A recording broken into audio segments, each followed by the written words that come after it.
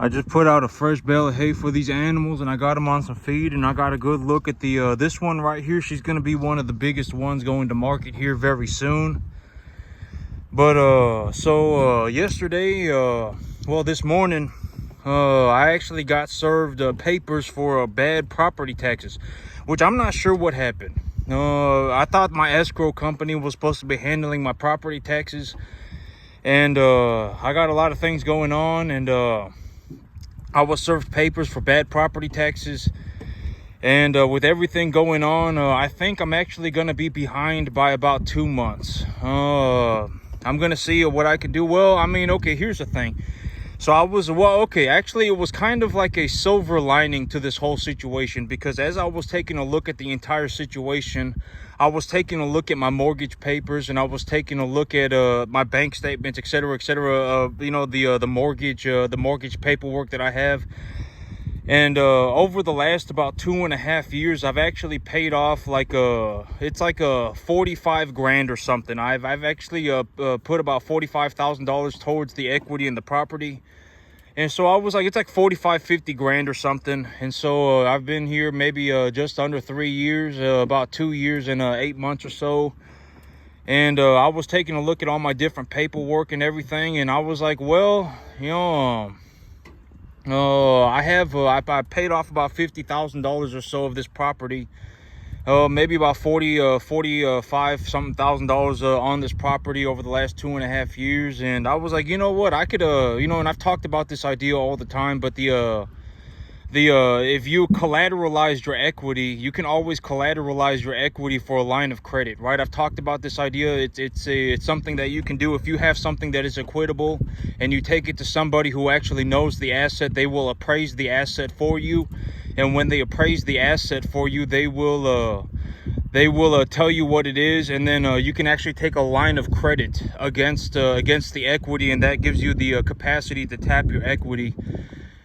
And I owe like it's like a $17,500. I'm not sure what happened. And then I also got another $4,000 in fees, and so I got 21 grand that I have to pay to the tax people. And the thing about it is that right now I've only really got about 7 grand.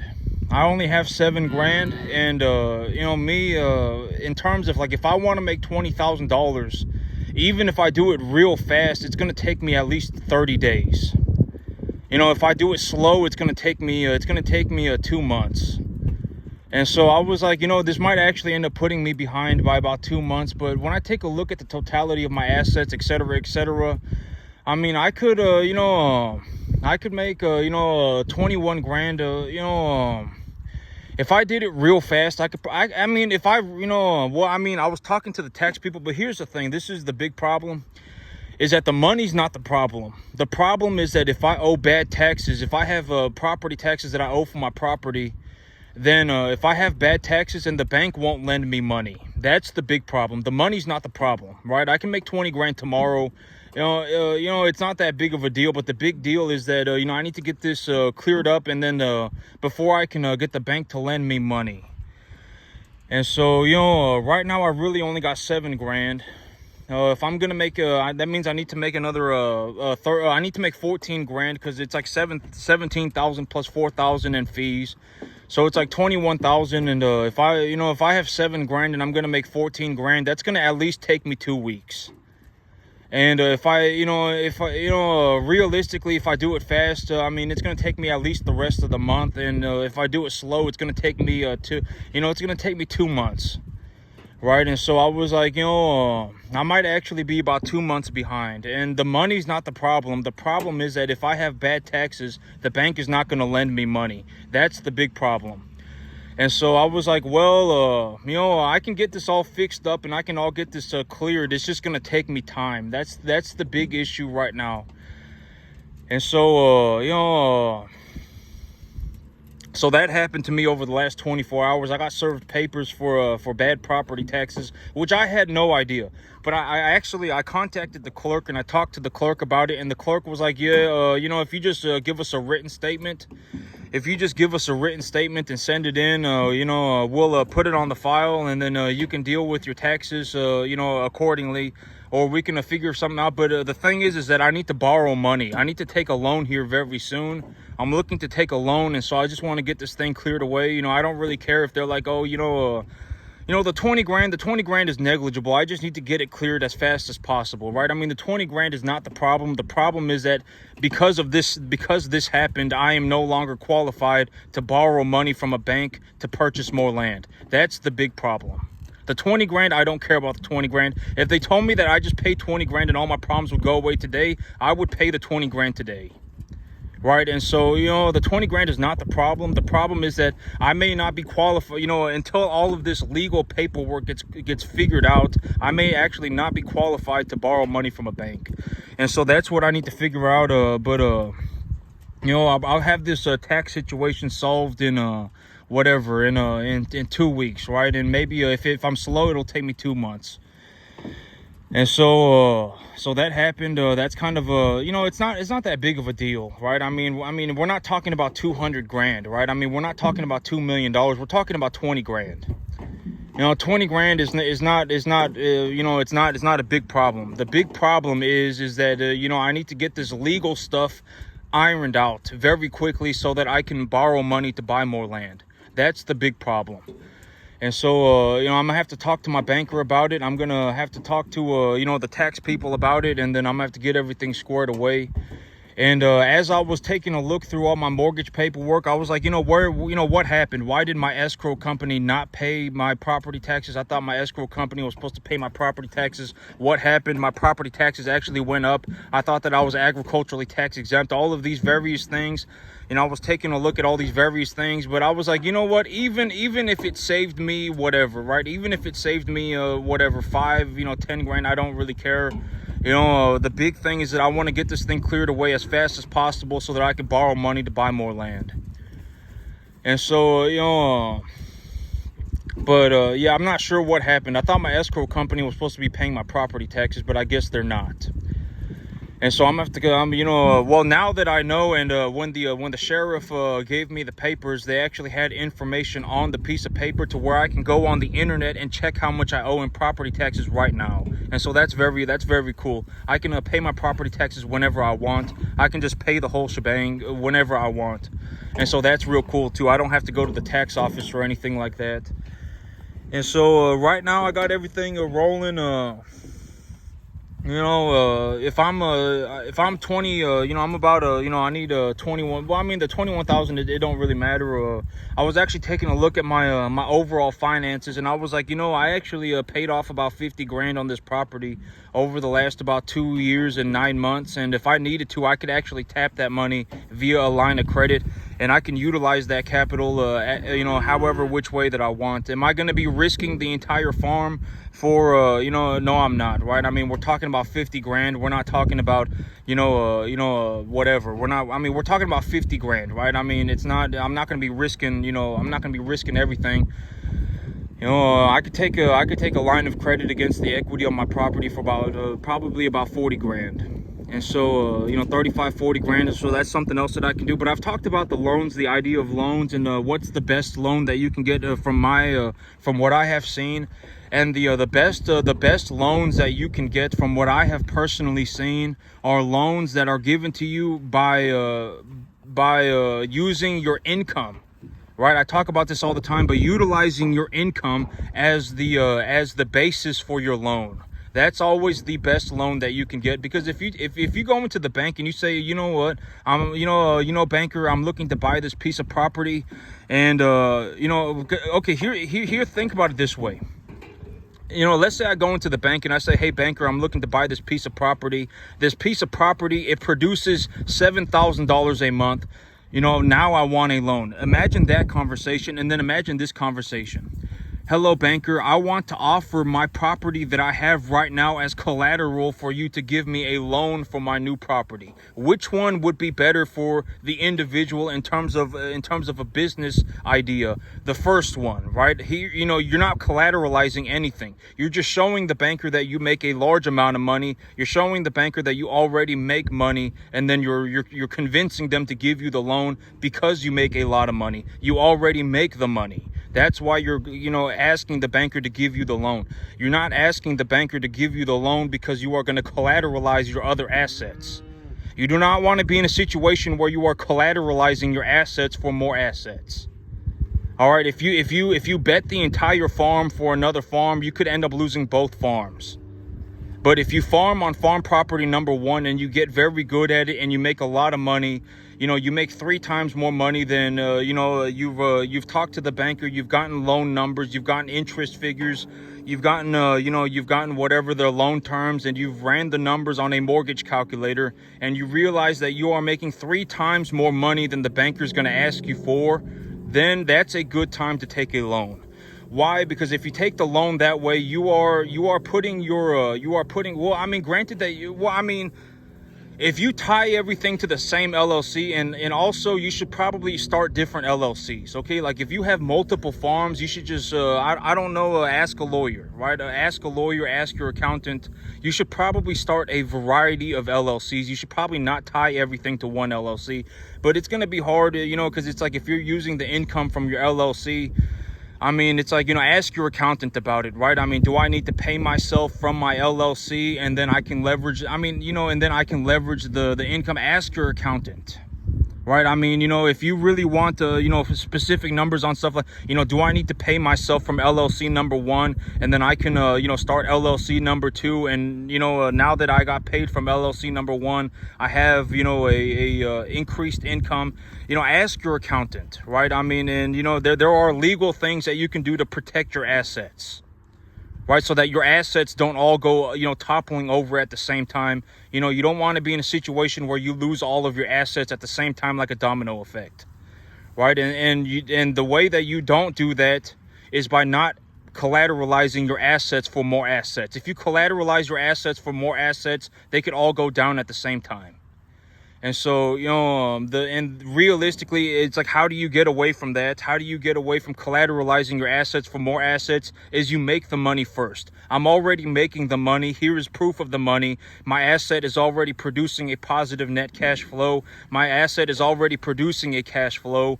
Now I want to, take a loan for this, whatever asset it is. That's the most, in terms of from what I have personally seen. And it's like, if you find a better answer, if somebody gives you a better answer, then then use the other answer. But that is, from what I have seen, that is the best way to get a loan. It is one of the safest ways to get a loan, and it is one of the best ways to get a loan. And so right now I got to get that legal paperwork stuff squared away. I got to get everything paid, and then I got to get everything squared away. And I don't want the banker to be going through my paperwork and being like, oh my God, there's a tax lien on your property. It's like, I don't want that to happen, right? And so I want to get everything squared away ASAP. And so I'm going to get that squared away. The money's not the problem. The problem is the legal proceedings, right? The money's not the problem. If I really needed to, I can make 20 grand tomorrow. Realistically, if I'm real slow, I make 20 grand in 2 months. If I'm real fast, I can do it in a day. If I do it with a little bit of a hop and a skip, I can do it in about a month.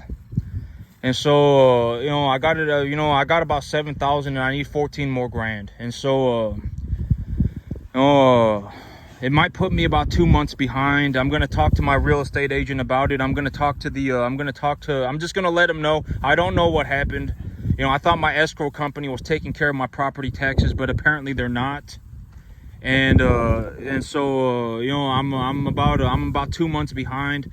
But the silver lining is that I was looking over my mortgage paperwork and I realized that I have a good bit of equity stored in my property from the payments that I have been making over the last 2.5 years. So that's the silver lining. I got a good bit of equity that I can tap via a line of credit. I'm actually going to get my credit fixed up. I'm going to get my credit going, and then I'm going to take a line of credit against the equity of my property on the amount that my mortgage statement has. So my mortgage statement has an amount of money that I've already paid. And when I purchased this property, I purchased it at the appraisal value from the bank. I got it at the appraisal value from the bank. And so, I'm going to go and,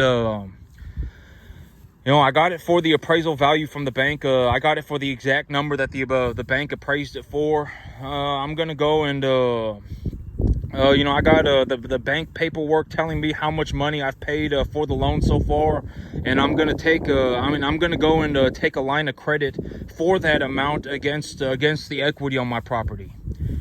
Oh, and so what am I gonna do with the money? I don't know. Maybe I buy cattle here and there with it. I'm gonna figure it out. Am I gonna go and buy a car with it? No, I'm not gonna go and buy a car with it. Am I gonna go and whatever? No, I'm not. Right? I mean, realistically, what am I gonna do? Probably purchase more assets. Right? I mean, and so I'm gonna have to take a look at that. And but that's the silver lining. I found a stockpile of money that I did not even consider. I owe the county money for taxes, but it's a negligible amount. It's a negligible amount of money, right? I mean, we're not talking about $20 million. We're talking about 20 grand. 20 grand is not a substantial amount of money. Realistically, even if I was very slow, I can make 20 grand in 2 months. So, it's not a large amount of money. It's just the legal proceedings that are going to be kind of, I don't want the legal proceedings to be the problem, right? I don't want the bank to be like, oh my God, you owe, and it's like, I already cleared it up or whatever. And it's like, oh my God, you owe property taxes. And it's like, I don't want the bank to be like, we're not going to lend you money because you owe property taxes. And it's some negligible amount of money. That's the thing that I don't want happening. And so, but as everything was going on and I was taking a look at my mortgage paperwork and everything, I actually found a stockpile of money that I did not even consider that I could tap. I could access it, and it wouldn't really put me at risk for anything. It's the money that I've just been storing in my property. And also, I would anticipate, and I was going to talk about this too, but my property taxes went up. And so I would just anticipate that my land evaluation, the amount that my land is worth, has also gone up. And so I'm gonna, when the bank, and I've talked about this, but when the bank is gonna give you a line of credit, when the bank is gonna collateralize your asset for a line of credit, they're going to appraise it. They will appraise it, and so it will be cool for me to see how much has my property gone up in value, just on its own accord. And so I'm gonna get the appraisal value for my property. I'm going to take the amount of equity that I have put into the property so far via payments, and then I'm going to take a loan. I'm going to take a loan against my property for that amount of money. So that's the big idea. And what am I going to do with the money? I'll probably, I don't know, I'll buy more cattle or something. Probably I'll end up buying more cattle. That's probably what I'll end up doing. Am I going to go and buy myself a boat? No, I'm not going to go and buy myself a boat. Am I going to go and buy myself a new car? No, I'm not going to go and buy myself a new car. Right? I mean, but I'm going to go and, but I found a pile of money that I had not been considering. I had not been thinking about it until now. And so that's also a very, very, very good thing too. And so I'm going to be going ahead and doing that. But, yeah, I'm going to call it a short one today, and then I'm going to just get it on, I'm going to just get on with it. I thought I was going to take my animals to market on the 21st or the 28th, but I am considering taking them to market on the 14th, here in 3 days. And so, but this is also another animal that would be going right here, this one right here. And I would say that this animal right here probably weighs closer to about 550. I would say she's going to hit the scale at about 575. The big black one right there, she's probably going to hit the scale closer to 600. And I got another one right here. You can see that this one's pretty big too right here. And this one, I would say that this one hits the scale at about probably about 575, 600 as well. And then I have a big red one right there, that heifer right there, and she's probably going to hit the scale at about 550, 575 as well. I would think that the majority of my animals are going to hit the scale at about, well, the animals that are going to be going to market, the average market weight is going to be about, I was anticipating that by the 21st or the 28th, the average weight of the 5 animals that I would be taking to market is going to be about 600. But if I take them to market 2 weeks early or a week early, maybe they hit the scale at about 575, you know, still close to 600, something like that. And so I'm not too worried about it. You know, I just got to get it. I'm not worried about it at all, right? I mean, it's not like some crippling amount of money. I mean, we're talking about 20 grand, right? I mean, so I'm not worried about it. It's just, you know, I don't want the legal proceedings to be a problem for me getting a loan for my new property. That's the big thing. And so, I might just end up taking my animals to market a little bit early. I might end up taking them to market about a week or two early. And if I do that, you know, I could get all of this squared away probably in less than a month. And that's it for me today, YouTube. Y'all have a good one.